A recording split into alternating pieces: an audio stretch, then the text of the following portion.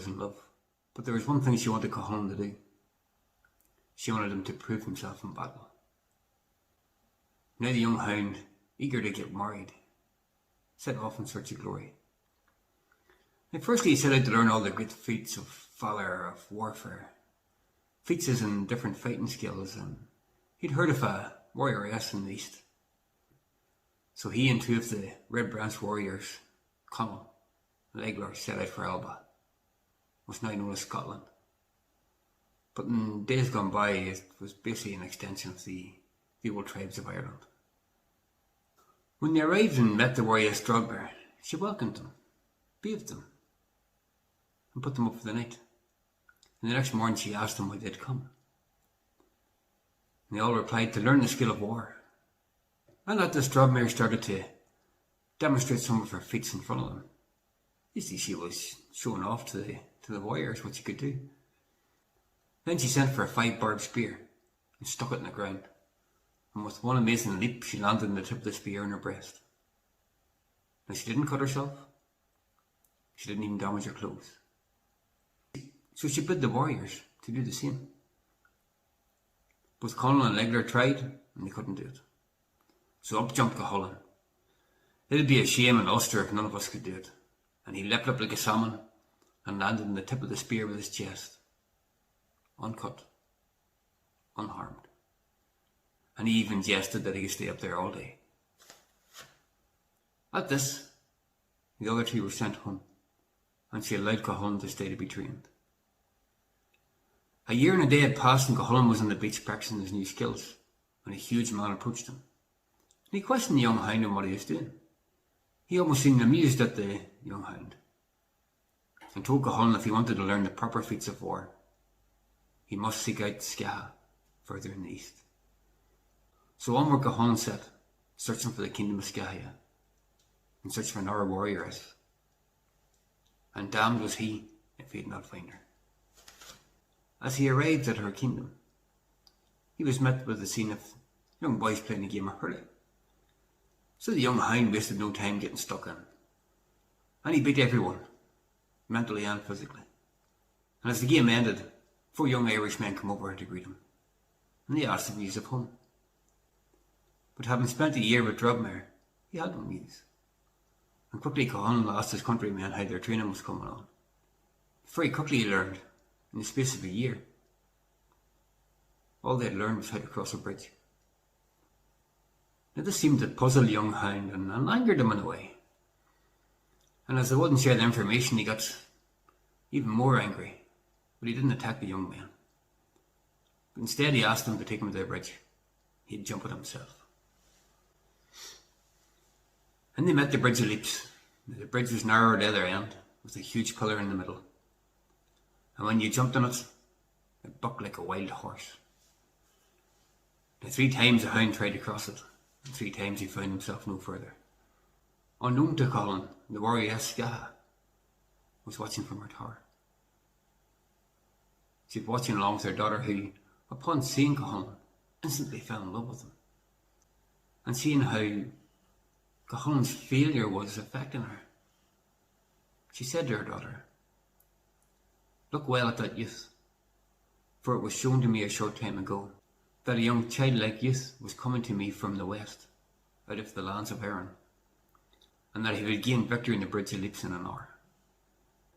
Although for every other person it requires a training, for a quarter and a month, and a year, and 3 days and 3 nights, and that his deeds of valour and bravery would be retold to the end of the world, and that he would be the prophesied son." Now at this stage the crowd had gathered, laughing at the young hound. It had taken them over a year to learn how to cross it. Did he honestly think he was going to jump it as soon as he arrived? But the more they mocked him, the more his battle halo began to rise, and with his fellow countrymen urging him on, he remembered his training with Drogbert, and he leapt as if he was going to leap in a spear, and at this found himself in the middle pillar in the bridge. The bridge didn't move, and he made it safely across. Now Scaha then sent for her daughter to welcome the hound and treat him well. And at this he was given a bed for the night at the house of barbers, with the other warriors in training, and they were told to go easy on the boy, to go easy on Chulainn. Now this really did show how little they knew of the young Irishman, especially a young Irishman who had been prophesied. And as the young hound went to settle for the night, he was set on by 27 other warriors in training. And as part of an initiation ceremony, they threw Chulainn up to the rafters and started throwing spears at him.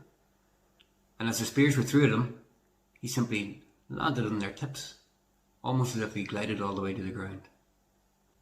Now you'd think at this stage they'd have left him alone, but no, they went to throw him up again. But at this the young hound cut off their heads and stuck them on top of the gate of the fort. He'd done this as a warning for no one to ever dare try that again. And he rested that night, but he'd vengeance in his mind. And the next morning he went to confront Scaha, and finding her in her chambers, he demanded the treasures and wealth that she had amassed from training the youths over the years. But she taunted him like a little boy. She wasn't afraid of him. Either she was very good, or she was very silly. She taunted him that much that he demanded a combat with her. But at this her son stepped in, big and broad and well trained. He attacked the young hound, and instead of fighting back, Chulainn absorbed this attack. It was almost as if he was learning. Every blow, every move of his sword, he seemed to be taking it all in. And when he had enough, he simply cut his arm off and cut his legs off. But as he fell, he landed on Chulainn's shoulder and bit him, and ripped the skin of his shoulder all the way down his arm. And most certainly, having enough at this stage, Chulainn cut off his head. Now this didn't seem to anger Scaha much. It's most likely left Chulainn a wee bit confused at this stage. He had just killed her son. But what she done was sent her daughter to tend to Chulainn that night. She knew that she loved him. The question is, did Chulainn love her back? And all night he rebuffed her courtship. And in a last-ditch attempt to gain his favour, she told Chulainn how to approach her mother, how to approach her when she was at her most vulnerable. So the next morning Chulainn headed off to the Bridge of Leaps, and he found Scaha there unarmed with her feed basket. And instead of her life, he accepted to learn her wisdom. But what choice did either of them have? Chulainn wanted to learn, and Scaha wanted to live. He spent a year training with her, but after the year he prepared himself to travel to Sicily to learn from another warrior princess, the Greek princess Aoife.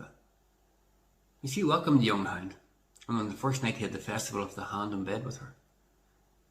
And he stayed there for 2 years learning the feats, the ways of war, from warriors in the Middle East and from right across the Mediterranean. He truly was on the path to becoming the best warrior in the known world. And when he went to leave, she tried to stop him. She had fallen pregnant. And even though Chulainn had spent 2 years with her, he didn't love her. He had no intention of staying with her, no intention of marrying her. He was in love with Emer. He told her that if it was a girl, she can choose a suitable husband and be well paid for her. But if she has a son, she's to train him and send him to Ireland to find his father, but not to train him in the use of the gay bow. That feat, Chulainn wanted to teach his son himself. Interestingly, compared to lots of other books that are out there, this is the first mention of the gay bow in these texts. And the gay bow was a very unique weapon, and very few people were trained to use it. And it was known as the belly spear, and it was thrown by the foot. There was no known way of stopping it, no armour that could rebuff it. And when it entered the body, barbs flew out of it, and the only way to remove it out of the body was to cut it out. The hound himself only used this weapon twice, but we'll talk about those another day. Chulainn then returned to Scythia, where he found new Irish champions in training. And these guys seemed a wee bit better than the ones before.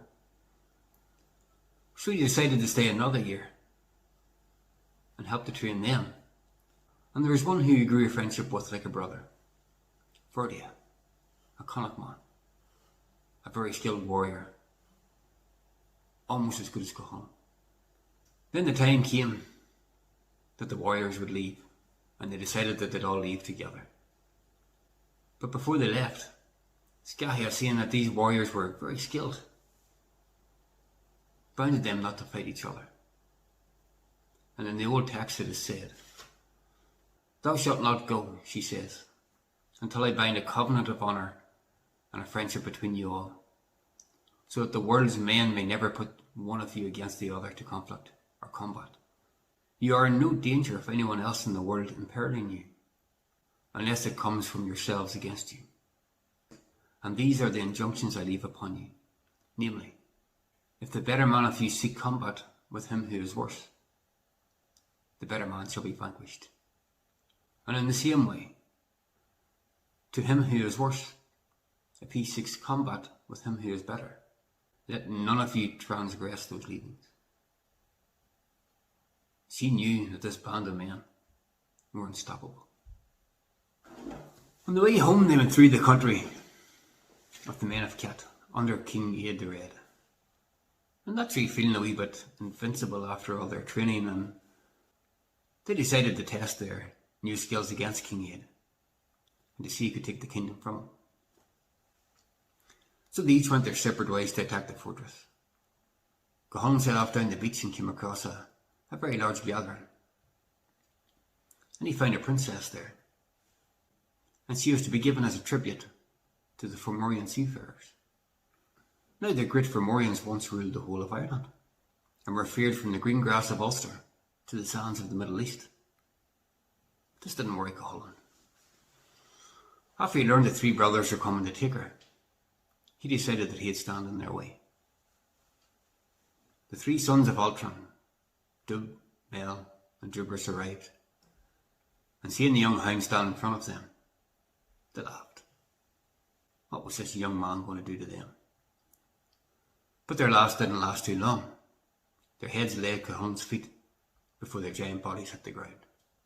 And at that, he left them all on the beach. The princess, the heads, the bodies, and the crowd who had gathered. And he soon met up with his comrades who at this stage had made their way through the gate. But there was no battle. The king was in the midst of sorrows at losing his daughter. He simply invited them in. At this, the king's daughter returned, and she told him how a warrior had appeared and slew the Fomorian brothers. Naturally, he assumed it was this band of Irishmen, and he bathed them, fed them, and hosted them for the night.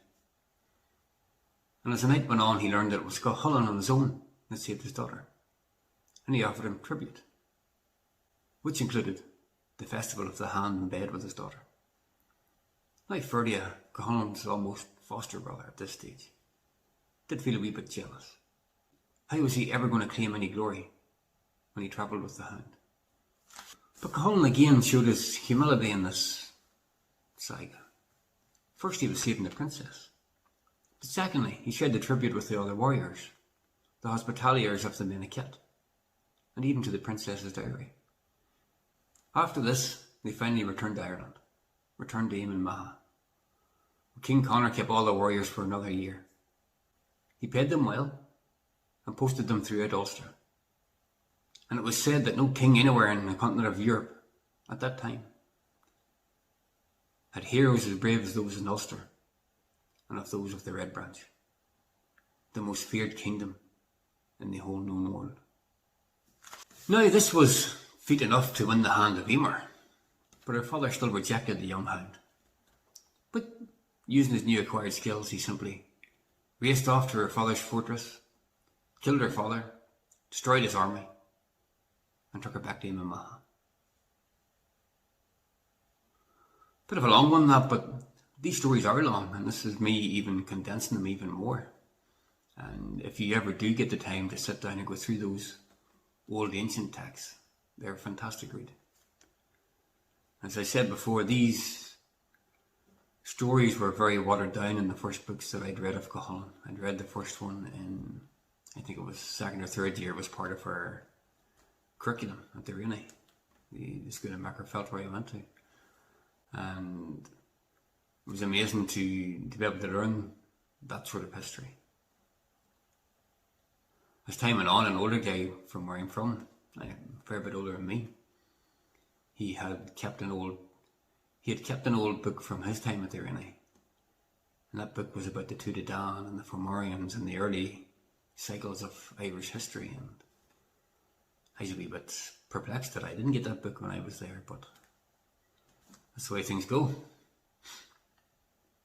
But what this does show us now is that in the time of the Red Branch, in the time of Chulainn, they were known across Europe, well known across Europe. And this is at a stage when Europe, North Africa, parts of the Middle East were ruled by the Romans. So there's a reason the Romans didn't try and conquer Ireland. And while it might only be a guess, there's one thing for sure, that many Romans would die if they ever tried to take over this Green Island. So that's me for tonight. The next session will be about some of the more obscure tales about Chulainn. Maybe not as long a session as this one. And on part 4, we'll cover the Battle of Cooley. And it will take a 5th part to finish off about his days. So hopefully I'll see you all soon, and make sure to tune in again.